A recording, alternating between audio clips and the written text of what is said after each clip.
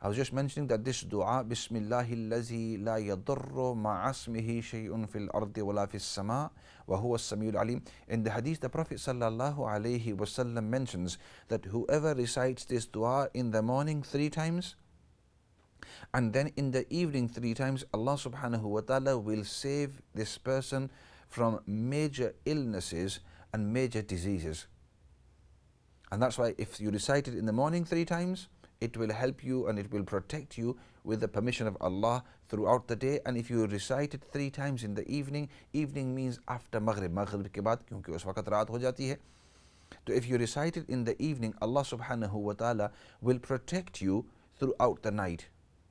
Now on the side of it, I was just saying as an anecdote that one of the Ravis, one of the narrators of the hadith, he says that when my ustaz, my teacher, was mentioning this hadith to me, I began to get this confusion, thinking to myself that the ustaz is mentioning this hadith, yet I noticed that only a while ago this ustaz has had a stroke.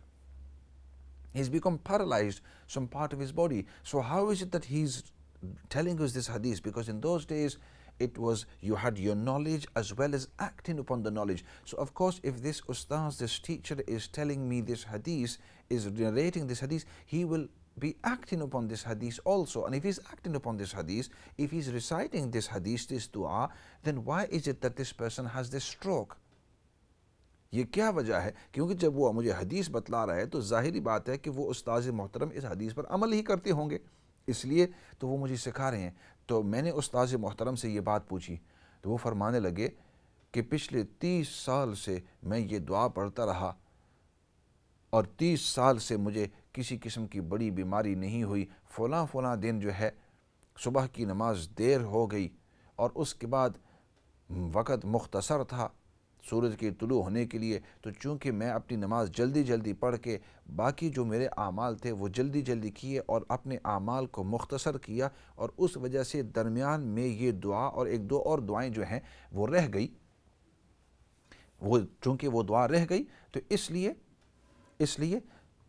اس دن اللہ کی قدر جو ہے وہ آئی، اور اس وجہ سے اس دن رہنے کی وجہ سے یہ مجھے فالج ہو گیا. کہنے کا مقصد کہ اللہ کی طرف سے مقدر تو تھا کہ آپ اس دن بھولیں گے، اور چونکہ اس دن بھولیں گے اور اس دن یہ آپ کو فالج ہوگی، تو اس دن میں بھول گیا، اللہ کی تقدیر غالب آ گئی. اس دن اگر میں نہ بھولتا تو 30 سال سے ہو سکتا ہے کہ یہ فالج میرے اوپر آنے والی تھی، لیکن نبی پاک صلی اللہ علیہ وسلم کی اس حدیث کی وجہ سے اور اس دعا کے پڑھنے کی وجہ سے میری حفاظت ہوتی رہی فالج سے. لیکن جس دن ہی میں نے وہ مجھ سے بھول گیا، میں نے وہ چھوڑی، مجھ سے وہ چھوٹ گئی، تو اسی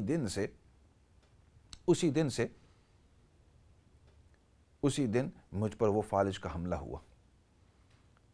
So just saying that the day I forgot to recite it, or I didn't recite it because I had woken up late for Fajr Salah and I wanted to brief my a'mal and I left this out on that certain day, the stroke affected me, and it seemed like the stroke was going to affect me for many years.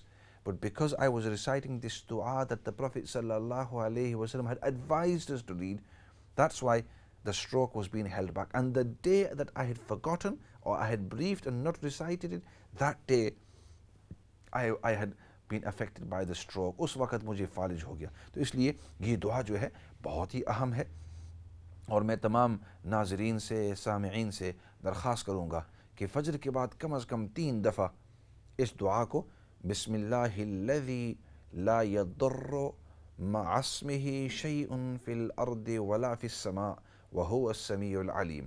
چھوٹی موٹی بیماریاں جو ہوتی ہیں، انسان کا درد سر ہے یا دانت درد ہے یا نزلہ ہے یا تھوڑا سا بخار ہے، یہ بھی بیماریاں ہیں. لیکن حدیث پاک میں بڑی بیماریاں، اور آپ کو پتہ ہے بڑی بیماریاں آج کل بہت بڑی بیماریاں ہوتی ہیں. اللہ رب العزت ہم سب کی سب بیماریوں سے حفاظت فرمائے. اور جیسے بھائی طاہا کہہ رہے تھے کہ یہ آج کل جو دنیا کے اندر وبا جیسے پھیلی ہوئی ہے، بیماری پھیلی ہوئی ہے، this illness that has spread throughout the whole of the world, across the globe, across the continents, and thousands of people are affected with it. ہماری دعا ہے کہ اللہ رب العزت جو لوگ بیمار ہیں، چاہے اس بیماری کے اندر یا اور کوئی بھی بیماری ہو، کیونکہ جس شخص کو جو بیماری لگی ہوئی ہو وہ کہتا ہے کہ اس بیماری سے بڑی کوئی اور چیز ہے ہی نہیں۔ ایک شخص اگر اس کو ٹی بی ہے تو وہ کہے گا ٹی بی سب سے بڑی بیماری ہے، بھائی اس سے بڑی کوئی بیماری نہیں۔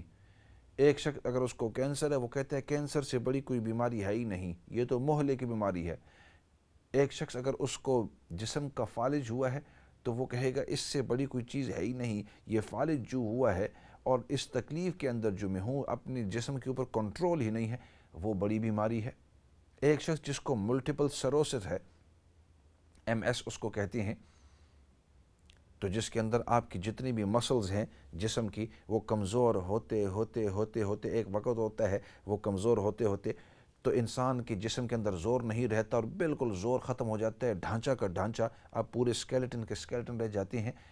اس شخص کو اگر پوچھ تو وہ کہے گا کہ اس سے بڑی کوئی بیماری ہے ہی نہیں، اور بڑا کیا عذاب ہو سکتا ہے کہ ایک وقت آتا ہے کہ وہ بات بھی نہیں کر سکتے، ایک وقت آتا ہے کہ پورے جسم کی جتنی بھی مسلز ہیں وہ سیز ہو کر کمزور ہو کر زور ختم ان کا ہو جاتا ہے، بڑی بیماریاں ہیں۔ تو اس لیے جتنی بھی بیماریاں ہیں ہمیشہ یہ دعا کیا کرو کہ یا اللہ جو بیمار جس بیماری کے اندر ہے تمام بیماروں کو تمام بیماریوں سے شفا نصیب فرما۔ Always make dua that Allah, whatever kind of illnesses people have, Ya Allah, relieve them, and from all those illnesses, Ya Allah, grant them a fast and a full recovery. Hamesha both words. Give them a fast recovery and give them a full recovery. Because first of all, they are in this illness, they want a fast recovery. But then you don't want half a recovery, because some people can recover from certain illnesses and then you can spike again and it goes even further. I've heard in certain cities in Britain here, the illness of this corona that's going on, it was decreasing, and all of a sudden it spiked up and it's become even more and it's increased. So always ask, Ya Allah, we want a fast recovery and then we want a full recovery from any kind of illness. تو خیر اس کے بعد دوسرا جو سوال آپ نے پوچھا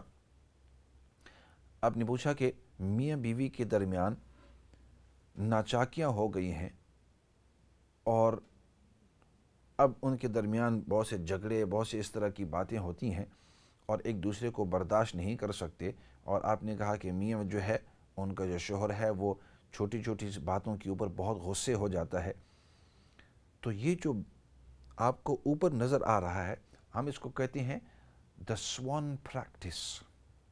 دا سوان پریکٹس، سوان پریکٹس کیا ہوتا ہے؟ سوان پریکٹس اوپر اگر سوان یہ جیسے یہ ڈکس ہوتی ہے، ڈکس کی طرح یہ بڑی بڑی سوان جو سفید ہوتی ہیں ان کی لمبی گردن ہوتی ہے، تو اوپر سے آپ نظر آتا ہے پانی تھوڑا سا ہل رہا ہے اور آپ سمجھتے ہیں یہ سوان اتنی بڑی چیز ہے اور تھوڑا سا پانی ہل رہا ہے، اصل میں نیچے ان کی ٹانگیں بہت تیز تیز ہل رہی ہیں، تو اس لیے اس کو سوان پریکٹس کہتے ہیں۔ اوپر سے آپ کو نظر آ رہا ہے کہ یہ چھوٹی چھوٹی چیزوں کے اوپر ناراضگی ہے، لیکن اس ناراضگی سے پہلے اس کی جو کوئی جڑ ہے، کوئی اثر ہے کہ جس کی وجہ سے یہاں تک بات پہنچی ہے۔ تو ان مسائل کو حل کرنے کے لیے میاں بیوی کے مسائل کہ یہ اس نے آپ کو روٹی کا کہا اور اس نے آپ کے کپڑے استری نہیں کیے، آپ اس کے اوپر غصے ہوئے، آپ اس کے اوپر غصے ہوئے، یہ عام طور پر اتنی جلدی کا غصہ اس کے پیچھے کوئی بات ہوتی ہے، اور عام طور پر جو جرگہ کے اندر بیٹھتا ہے یا کوئی مسئلے کو حل کرنے کے لیے میڈیشن کے اندر بیٹھتا ہے وہ ہمیشہ دیکھتا ہے کہ اصل چیز کیا ہے، what is the root of the problem, جڑ کیا ہے۔ میاں سے پوچھو بھائی آپ کس چیز پر ناراض ہیں؟ فلاں چیز نہیں کرتی، فلاں چیز نہیں کرتی، فلاں چیز نہیں کرتی، فلاں چیز، اس دن اس نے مجھے یہ کہا تھا، یہ کہا، یعنی جو اس کی باتیں ہیں ان تمام کو۔ اب بیوی کو پوچھو آپ یہ کام کیوں نہیں کرتے اور آپ اس کے اوپر کیوں غصے ہیں، اور پھر اصل جڑ تک پہنچ کر آپس کے اندر جو ہے وہ سمجھوتا کر دیں۔ تو اس لیے آپ نے جو کہا کہ اس طرح وہ ان چیزوں پر غصے ہوتے ہیں، تو آدمی بٹھا کر اور اچھی دیر سن کر پوری بات پوچھ کر تسلی کے ساتھ، اطمینان کے ساتھ، سکون کے ساتھ، جلدی اس کے اندر نہیں، اور پھر انسان کو پتہ چلتا ہے کہ واقعی اصل مسئلے کی جڑ کیا ہے، what is the reason, what is the root cause of this dilemma. And once you understand what the root cause is, then to address it is so simple, to find a solution is so simple. پھر اس مسئلے کا حل بڑا ہی آسان ہو جاتا ہے۔ اور اس کے ساتھ ساتھ آپ نے پوچھا کہ کوئی دعا بھی بتلائیں، تو قرآن کریم کے 19ویں پارے کے اندر اللہ رب العزت نے ایک بہترین دعا ہمیں سکھائی ہے،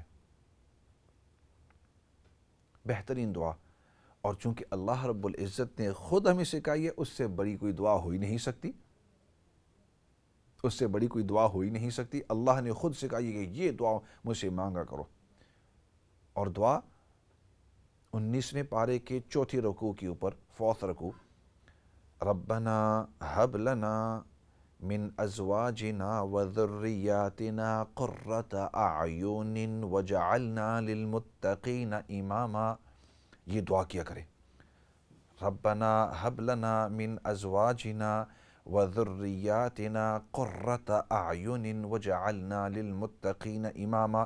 اور تیسری دفعہ عرض کروں، اگر کسی کو لکھنا ہو یا ریکارڈ کرنا ہو، یا ربنا ہب لنا من ازواجنا وذریاتنا قرۃ اعین وجعلنا للمتقین اماما، تو ہر فرض نماز کے بعد آپ اس دعا کو کم از کم 3 دفعہ ضرور پڑھا کریں۔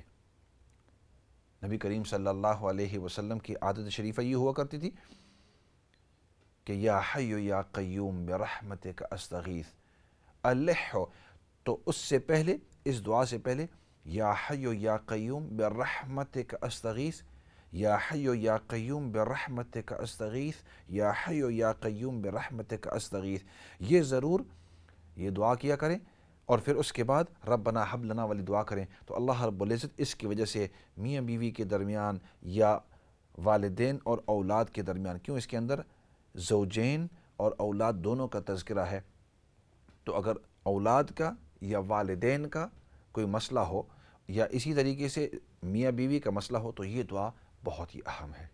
I really would recommend کہ آپ اس دعا کو ضرور پڑھا کریں، اور شاید ہی کوئی گھرانہ ایسا ہو کہ جس کے اندر میاں بیوی کے درمیان کوئی آپس کے اندر کوئی باتیں نہ، تھوڑی بہت باتیں تو اس طرح ہوتی رہتی ہیں، کیونکہ ایک انسان اکٹھا ہمیشہ رہتا ہے، اٹھتا ہے، بیٹھتا ہے، کھانا پینا اٹھنا تمام کی چیز، تو کوئی نہ کوئی باتیں اس طرح ضرور ہوتی ہیں، لیکن پھر بھی یہ دعا آپ ضرور پڑھا کریں۔ سوالات تو اور بھی بہت سارے آئے ہوئے ہیں، لیکن وقت اب نہیں ہے، انشاءاللہ اگلے سیشن کے اندر آپ آئیں اور یہ سوالات پوچھیں تو انشاءاللہ ضرور ان سوالات کے جواب دیں گے، لیکن چونکہ وقت مختصر ہے، پروگرام کو دعا کے ساتھ مکمل کر لیتے ہیں۔ الحمدللہ رب العالمین والصلاة والسلام علی سید الانبیاء والمرسلین محمد وعلی آلہ وصحبہ اجمعین۔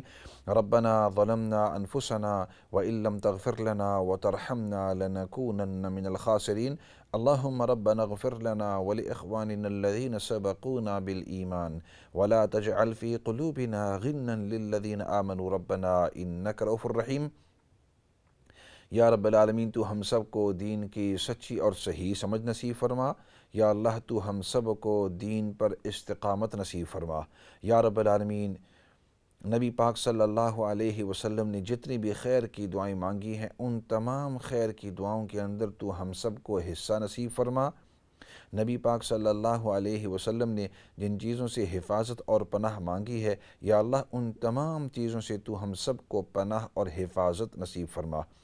یا اللہ جتنے بھی بیمار ہیں، چاہے روحانی بیمار ہو، جسمانی بیمار ہو، تمام بیماروں کو شفا نصیب فرما۔ تمام پریشان حال جس قسم کی بھی پریشانی کے اندر ہیں، سب کی پریشانیوں کو دور فرما۔ ہم سب کو آپس میں اتفاق اور اتحاد نصیب فرما۔ ہماری آپس کی دل کی کدورتوں کو تو دور فرما، اور یا اللہ سب سے بڑی بات وہ تیری رضامندی ہے۔ یا اللہ دنیا اور آخرت کے اندر تو ہم سب کو اپنی رضامندی نصیب فرما۔ سبحان ربک رب العزت عما یصفون وسلام علی المرسلین والحمد للہ رب العالمین برحمتک یا ارحم الراحمین۔ میں ہوں آپ کا مخاطب فضل داد، اور یہ ہمارا پروگرام ایوری منڈے اور ٹیوزڈے 7 بجے سے لے کر 8 بجے تک ہوا کرتا ہے۔ خود بھی دیکھیے اور دوسروں کو بھی بتلائیے۔ اسی کے ساتھ والسلام علیکم ورحمۃ اللہ وبرکاتہ۔